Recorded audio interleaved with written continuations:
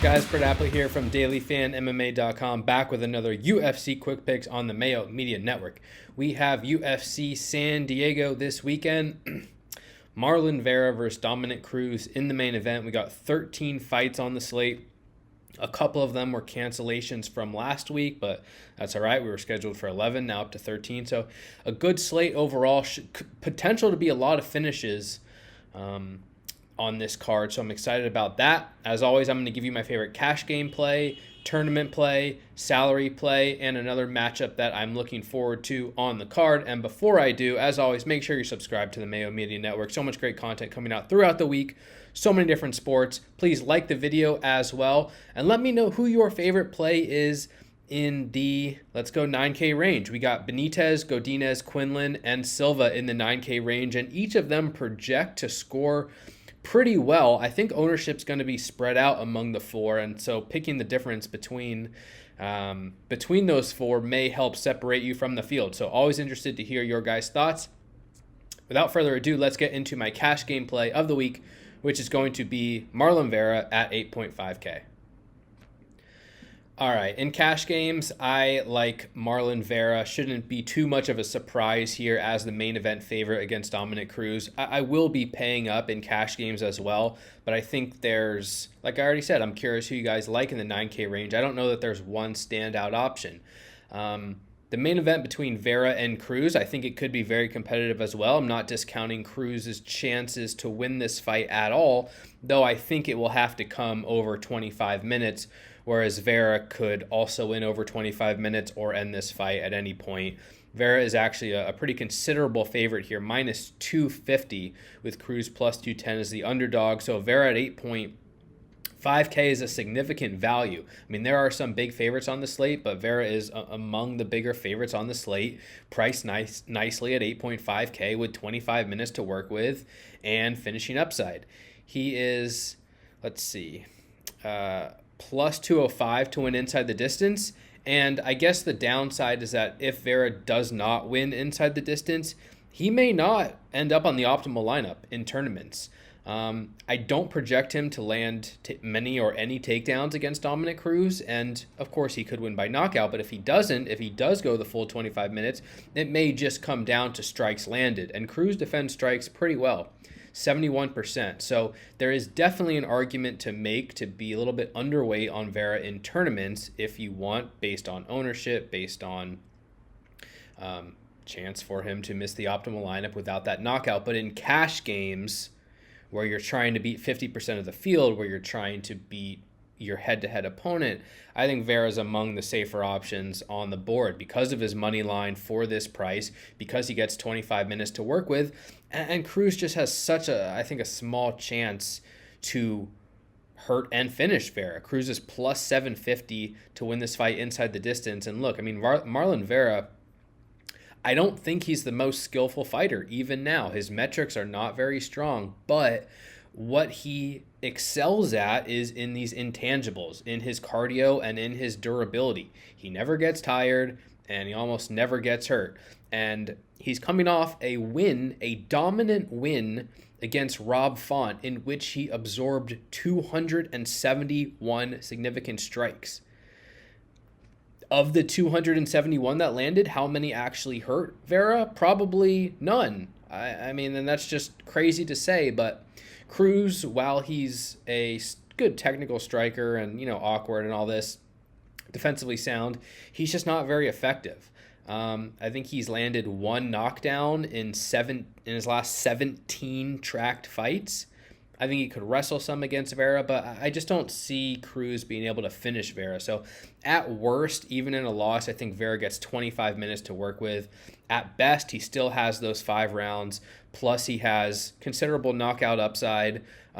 Cruz is just not as durable as he once was, and he's, in his last 4 fights, knocked down twice by Cody Garbrandt, knocked down by Henry Cejudo and finished, and most recently knocked down by Pedro Munoz in the first round. And Cruz came back to win that fight, but he was still hurt pretty badly in round 1. So just with Vera standing in front of him for 25 minutes, it feels like there's a definite chance Vera at some point could hurt Cruz, turn the tide. and take over this fight. And again, great money line compared to his DraftKings price. So that firmly puts him in play for me as the cash game play of the week at 8.5K.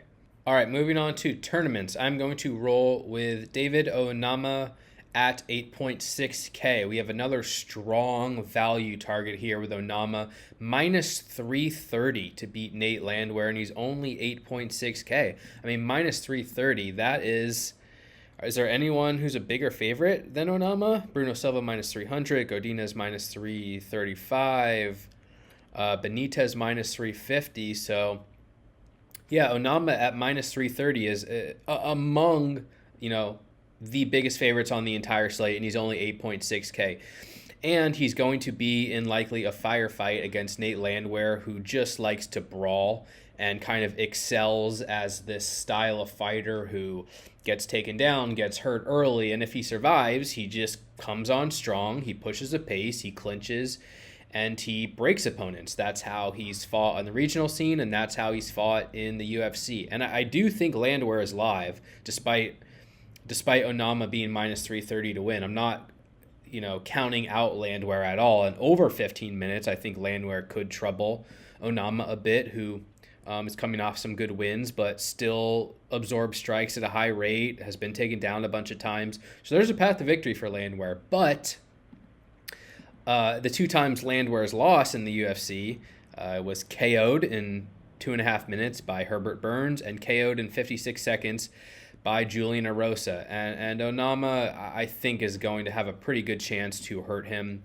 early in this fight. Again, minus 330 to win and minus 135 inside the distance. I just don't think you can pass this value up at 8.6K. I mean, Onama rates out very similarly to fighters like Gabriel Benitez at 9.3K, who might score very well additionally too. And you can make the argument Onama's going to be very popular. It's worth considering pivoting away to someone like Calvillo, Mirzakhanov, Yaregui. I don't even know if that's how you say your name, but there's an argument to make to pivot away from Onama based on his ownership. But like in a vacuum, from a projection standpoint, I think Onama is a very, very, very strong play. Only 15 minutes of action, but he could land takedowns. He can land strikes at a high rate, and I think he has definite early finishing potential, great metrics. Again, minus 135 inside the distance. You don't get a line that strong that often for an 8.6K price tag. So in tournaments, I'm definitely willing to take some chances on Onama. Very high upside for this price, and he will be my tournament play of the week. All right, moving on to my salary play of the week. This one's tough. There's not a lot of names that I feel like very confident about. There's a lot of fighters who could win. I mean, Devin Clark could win. Landwehr, we already touched on. Lucindo, I'll touch on. Mearshart, Witt. There's a lot of fighters who could win. They're just not. They're not fighters I feel very comfortable with. So I'm gonna roll with Priscilla Cachoeira at 7.5K, and it doesn't feel great to invest in Cachoeira. For me personally, it never feels great because she just lacks any kind of defense. I mean, through 1, 2, 3, 4, 5, 6, 7 UFC fights, she's defending strikes at a 45% clip, absorbing 7.91 per minute, 65% takedown defense. That's really, really poor. That's just not good. But she's so aggressive that it brings an upside to her style, and in a low-level women's flyweight division, like, she can win still. And she's won 3 of her 7 UFC fights. She knocked out Shauna Dobson in 40 seconds, and she knocked out Gina Mazzani in round 2, and she's coming off a questionable but competitive win against Ji-Yeon Kim, in which she ate 170 strikes but landed 102 of her own. And now she's fighting Ariane Lipski, who is fine as a more technical striker than Cachoeira, and Lipski will have a chance to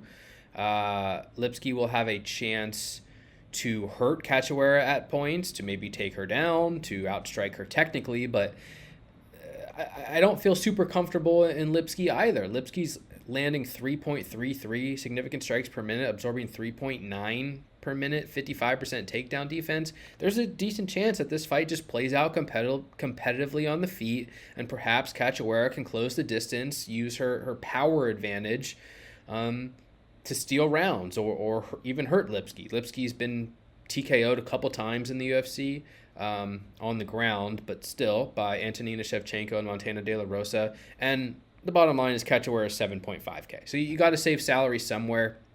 I will be taking chances on the fighters priced below Cachoeira, but they're just total dart throws, total boomer bust options. You're crossing your fingers hoping for a finish. Cachoeira, at least I feel like she could last 15 minutes. This fight's minus 145 to go the distance. She lands strikes at a high rate. She could mix in a takedown, though I wouldn't count on it. And I just think she has some win equity for 7.5K. A relatively safe floor, I would say, and some upside against an opponent who isn't that convincing either. So definitely spread out your exposure this week below the mid-range, but I think Cachoeira is a decent option at 7.5K, and she'll be my preferred play in that matchup. And finally, the matchup on the slate that I'm really excited to talk about, Gabriel Benitez versus Charlie Ontiveros. And look, I think Benitez will be popular at 9.3K, but it's a really tough range with Godinez price right below him and Quinlan versus Witt, which we talked about last week, Bruno Silva, Martin Budet, Osborne. Like this, there are a lot of fighters who can score very, very well in this range. And I like Benitez, but I'm still not super confident in him.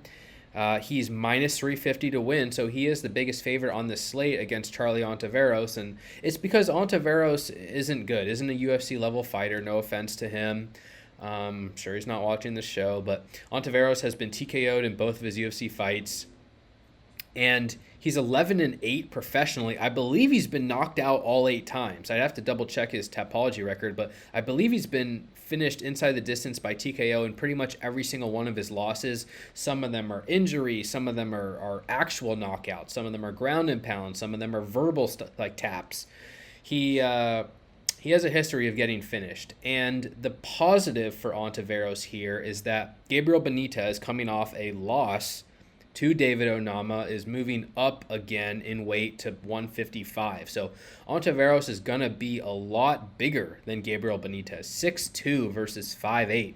74-inch reach versus 71-inch reach. And that's partially why the fight as a whole interests me. It's not like Benitez is some dominant favorite and is going to easily smash an undersized opponent. Ontiveros is big. And the other thing is, Ontiveros' biggest weakness is his defensive grappling. He's really, really bad as a defensive wrestler, defending takedowns at 25% in the UFC, and just got totally dominated by Steve Garcia in his last fight. And Steve Garcia is not a great grappler either. Gabriel Benitez only averages 0.14 takedowns per 15 minutes. He doesn't really wrestle. And I think it's not that he's incapable of it. He's done it before. He actually has a slam KO win in the UFC. But he might not wrestle. I think it's an obvious path to victory, an obvious path to a finish for Benitez. He could get the fight on the mat, ground and pound Ontiveros, and win this fight by TKO. I'm pretty confident, but I'm not sure if he's going to do that. He might just look to stand and trade. And if he does that, it just brings a whole other level of variance into play. I still think Benitez is a better technical striker. He is a very hard kicker and has some of the best, leg kicks in this division, I would say. And Ontiveros fighting in a sideways stance, heavy front leg, or an extended front leg, I should say. Benitez is probably going to attack him there. And then Ontiveros just even on the inside, defending strikes at 26% too. Just doesn't really have any defense. So historically, Ontiveros gives up a lot of points, loses inside the distance, and I think that gives a very high ceiling to Benitez on this slate. Again, minus 350 to win, minus 205 to win inside the distance. So I think if you have the ability to pay up to Benitez, you should do so at a moderate rate. I'm going to be spreading out my exposure in that range, as we've already talked about, because there's so many good options. But Benitez is among the best options. I think he has a very good chance to win this fight inside the distance, either via striking or via grappling and ground and pound.